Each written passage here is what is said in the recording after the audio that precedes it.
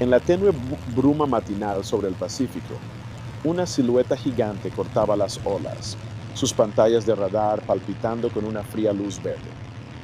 Hombres permanecían en silencio en sus puestos, escuchando el latido mecánico de una máquina de guerra construida para el tipo de combate que decide el destino de las naciones.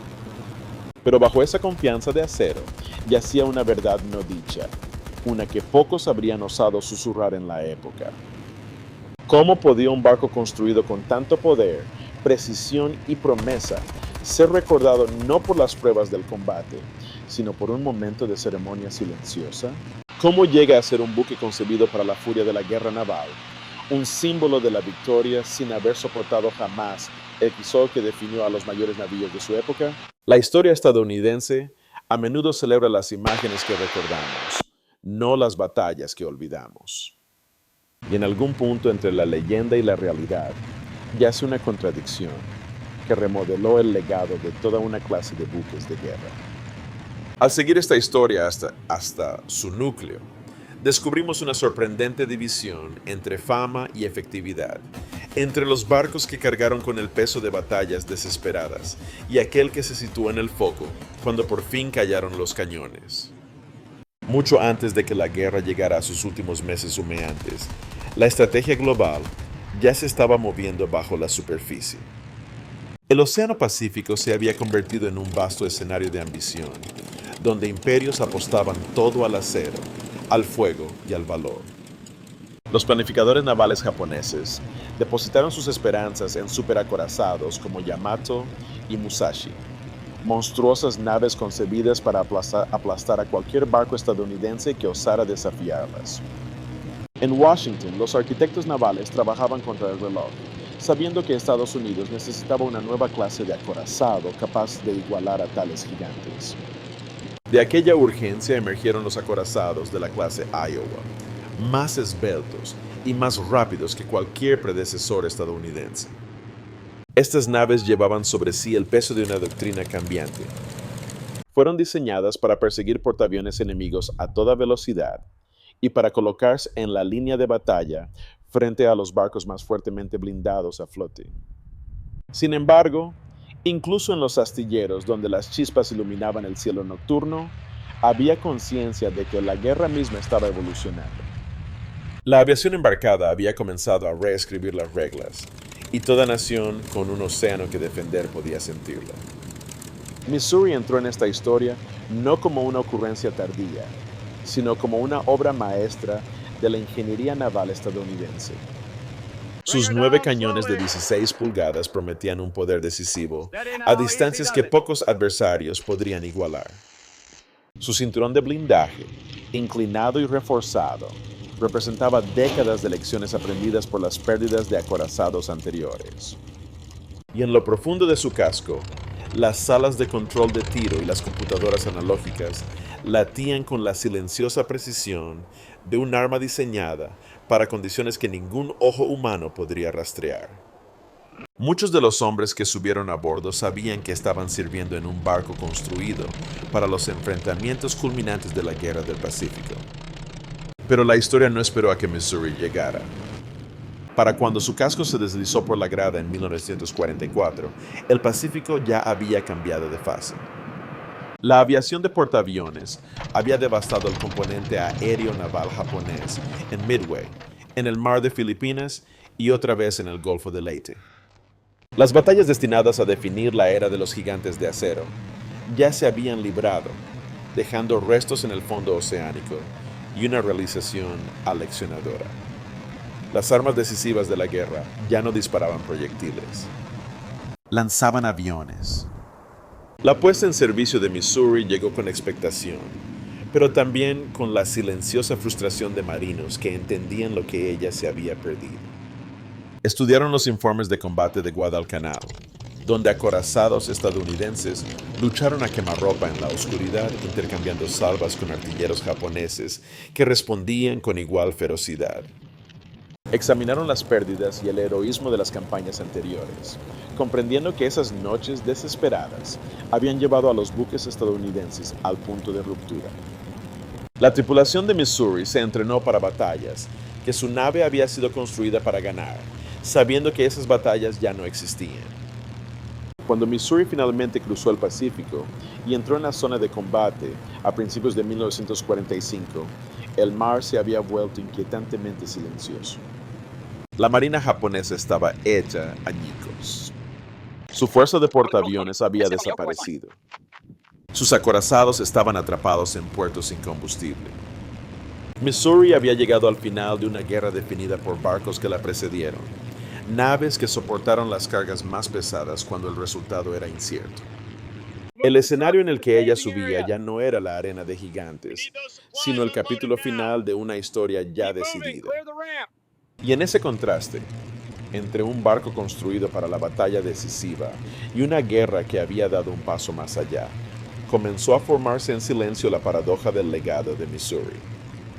Cuando Missouri finalmente se unió a la flota en el frente, el ritmo de la guerra se había trasladado a su última, desgastante fase.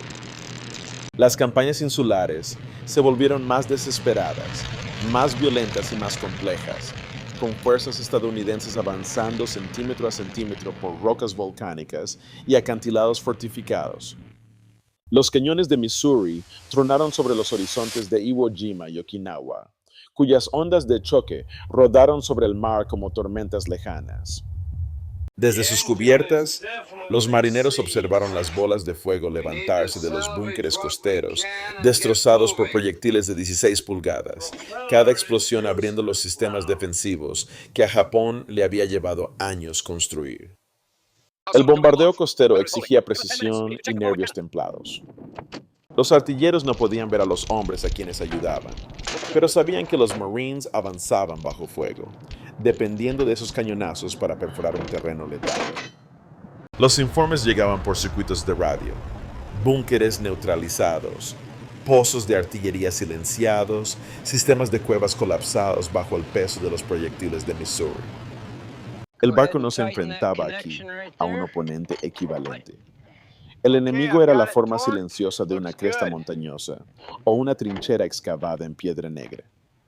Sin embargo, las consecuencias de cada descarga se medían en las vidas de estadounidenses que se abrían paso a la costa. Pero la calma del fuego a larga distancia no duró. El 19 de marzo de 1945, el horizonte estalló en caos cuando un bombardero en picado japonés, Judy, atravesó las capas de combate aéreo sobre el Task Force 58. El cielo, momentos antes una pálida mañana primaveral, se convirtió en un embudo de fuego entrante, mientras decenas de naves abrían fuego a la vez. Los artilleros de Missouri dispararon hasta que sus ánimas se iluminaron, enviando proyectiles con espoletas de proximidad y ristras de trazadores hacia la silueta en caída. El ruido fue un muro sólido. El propio aire pareció desgarrarse bajo el peso de las explosiones. Y, sin embargo, el Judy siguió adelante. En un instante que dejó atónitos a todos los testigos, el bombardero sobrevivió a la tormenta de acero y se estrelló directamente contra el USS Franklin. El portaaviones desapareció tras columnas de llamas cuando bombas y carburante de aviación prendieron dentro de sus cubiertas. Explosiones rasgaron compartimentos donde las tripulaciones habían estado preparando operaciones de vuelo apenas minutos antes. Los marineros de Missouri observaron cómo el barco en llamas se tambaleaba bajo la detonación, y para muchos de ellos fue la primera vez que vieron la verdadera vulnerabilidad de un buque moderno sometido a un ataque concentrado. La lucha por salvar al Franklin duró horas, poniendo a prueba el valor de los equipos de control de daños que se arrastraron por compartimentos llenos de humo para detener una cascada de incendios que amenazaban con derretir el portaaviones desde dentro. El papel de Missouri en ese momento fue amargamente simbólico. Testigo de la catástrofe, participante en la defensa del grupo de combate, pero incapaz de cambiar el destino del barco que llevaba cientos de vidas estadounidenses. La tripulación entendió entonces que sus cañones, por avanzados que fueran, no podían garantizar protección en la geometría caótica de la guerra. Semanas después, Missouri enfrentó otra prueba, esta vez a corta distancia. Un cero japonés, gravemente dañado y dejando humo, rompió las defensas y se lanzó hacia su banda de estribor. Otra vez los cañones estallaron. Otra vez los trazadores cruzaron el cielo. Y otra vez un único avión presionó a través del fuego. El impacto sacudió el buque, pero causó solo daños superficiales, dejando una abolladura en el cinturón de blindaje y un rastro disperso de escombros en el mar. El piloto murió al instante, una figura solitaria tragada por la enormidad de una guerra casi terminada. El capitán William Callahan ordenó que el hombre fuera enterrado con todos los honores, un gesto de humanidad en medio del cálculo impersonal de la guerra naval. Los marineros se detuvieron en la cubierta mientras el cuerpo envuelto se deslizaba bajo las olas, y por un momento el ruido de la batalla se desvaneció. Incluso en los últimos meses de la Guerra del Pacífico, esa ceremonia fue un recordatorio de que cada explosión, cada impacto tenía un rostro y es humano detrás. Este fue el punto culminante del combate de Missouri. Una serie de momentos moldeados, no por duelos con acorazados enemigos, sino por la violencia impredecible de los ataques aéreos y las demandas agotadoras de apoyar a las tropas en tierra. No era el tipo de gloria para la que había sido construida, pero era la guerra que heredó.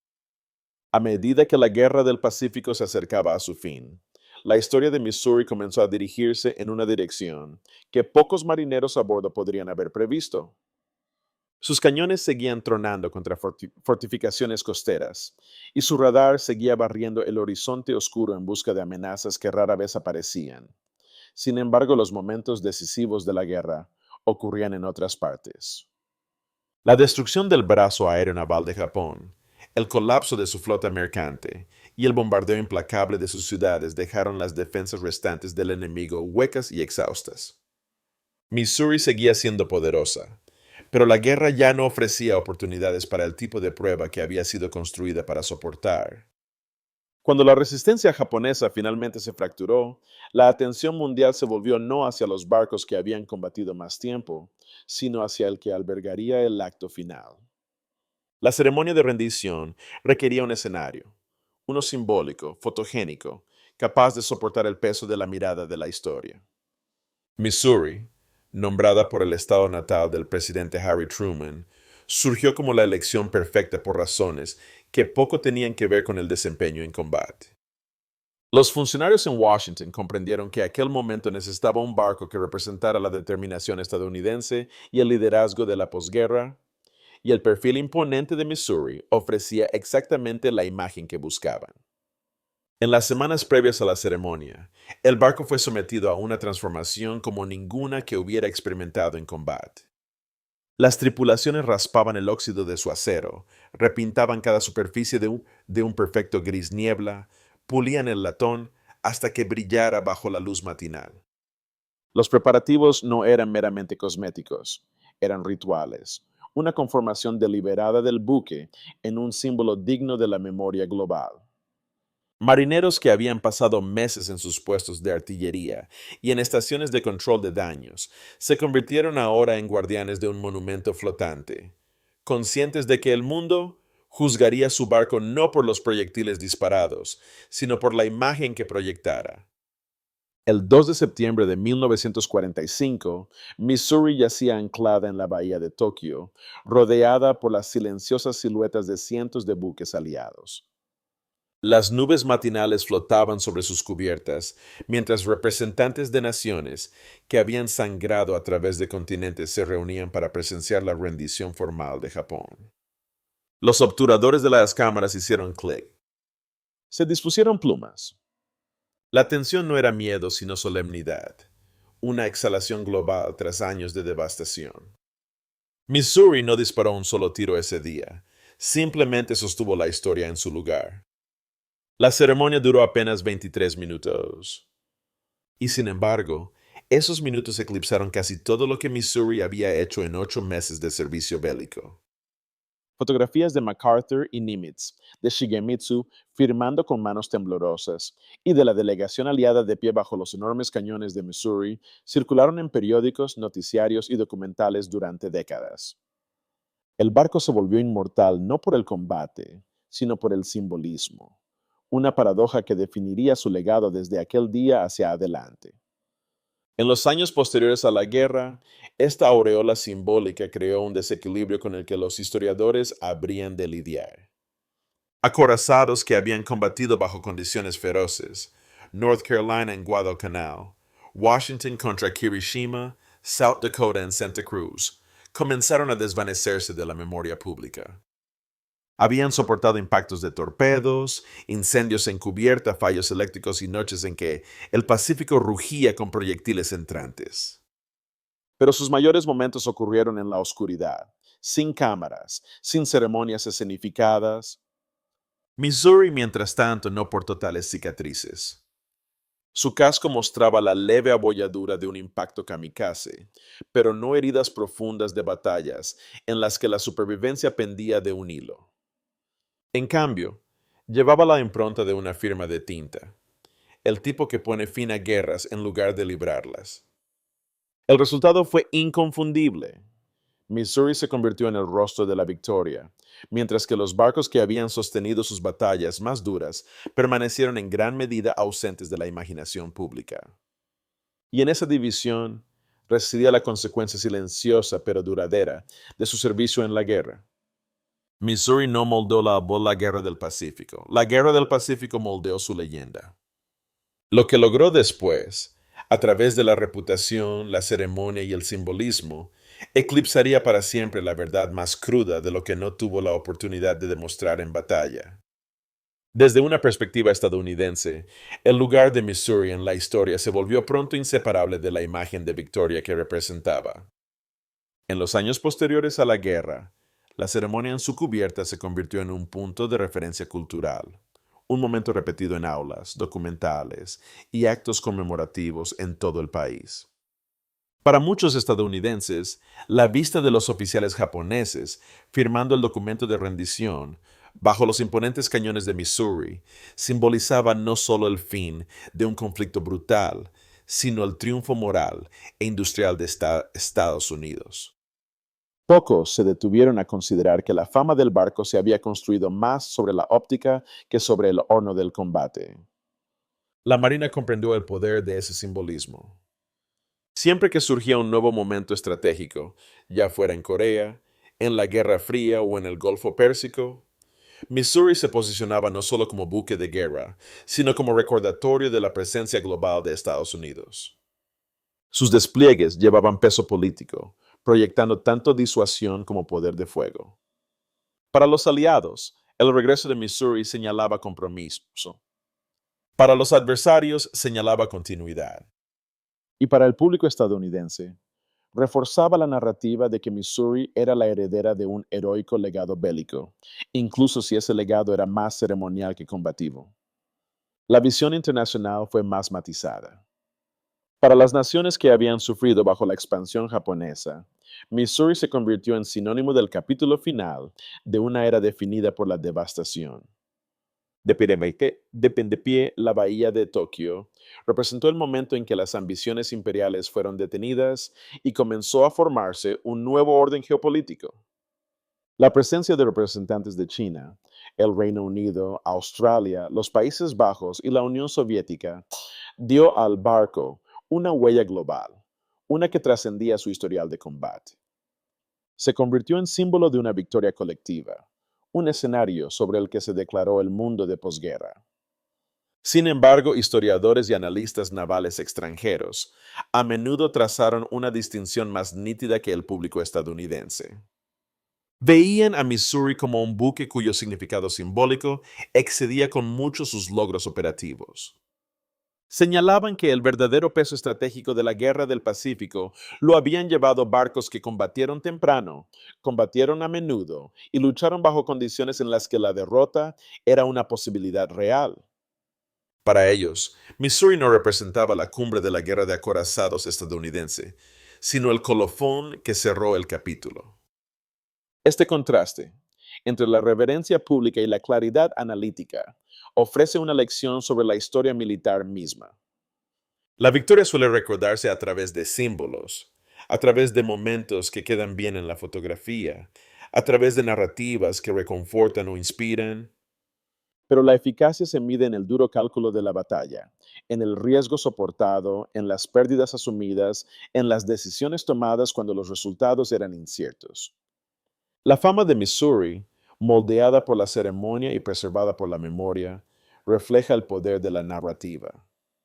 Los legados de sus hermanas, forjados en el combate, reflejan el precio mucho más pesado del triunfo. La historia tiende a recordar los barcos que estuvieron en el foco, no aquellos que llevaron las cargas más pesadas. USS Missouri se convirtió en el acorazado más reconocible de la Guerra del Pacífico, no por los duelos que libró, sino por el momento que alojó, 23 minutos que cerraron el conflicto más sangriento de la historia humana.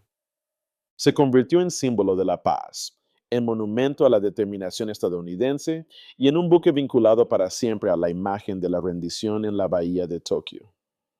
Pero los símbolos, por poderosos que sean, no siempre revelan la historia completa. Detrás de Missouri estuvo una flota de acorazados, cuyos nombres rara vez aparecen en documentales o discursos conmemorativos. North Carolina, South Dakota, Washington, barcos que soportaron impactos de torpedos, batallas nocturnas y momentos aterradores en que el resultado dependía de un único contacto radar o de una sola salva. Sus cubiertas portaban cicatrices que Missouri nunca conocería. Sus listas de tripulación contenían nombres perdidos en el mar, y sus partes registraban combates librados, cuando la victoria aún no estaba asegurada. Estos barcos moldearon la Guerra del Pacífico mediante la acción, no la ceremonia, mediante la resistencia más que el reconocimiento. El legado de Missouri entonces no se ve disminuido por su falta de pruebas en combate. Se reencuadra. Representa el fin de una larga lucha más que sus horas más oscuras. Sus brillantes cubiertas del 2 de septiembre de 1945 nos recuerdan que incluso en la guerra debe existir un momento en que las armas guarden silencio y las naciones elijan otro camino. Hoy, situada en Pearl Harbor, a pocos metros del pecio del USS Arizona, forma un puente entre el comienzo y el final de la guerra, entre la pérdida y el cierre, entre la devastación y la esperanza de reconstrucción. Pero al reflexionar sobre la Guerra del Pacífico, vale la pena preguntarse qué define verdaderamente la grandeza en la historia militar. ¿Es la ceremonia fotografiada para el mundo o la batalla nocturna invisible librada bajo un cielo negro? ¿Es el barco recordado por su triunfo simbólico o aquel recordado por veteranos cuyas vidas dependieron de sus cañones? Estas preguntas están en el corazón de cómo entendemos el legado del acorazado estadounidense. Si esta historia le conmovió, considere compartir sus pensamientos. ¿Qué barcos, en su opinión, representan mejor el verdadero peso de la Guerra del Pacífico? ¿Y qué lecciones dejan sus trayectorias para nosotros hoy? Gracias por estar aquí. Su curiosidad mantiene viva la historia. Si desea explorar más historias de estrategia, sacrificio y de los barcos que dieron forma a nuestro mundo, no duden en acompañarnos en el próximo capítulo.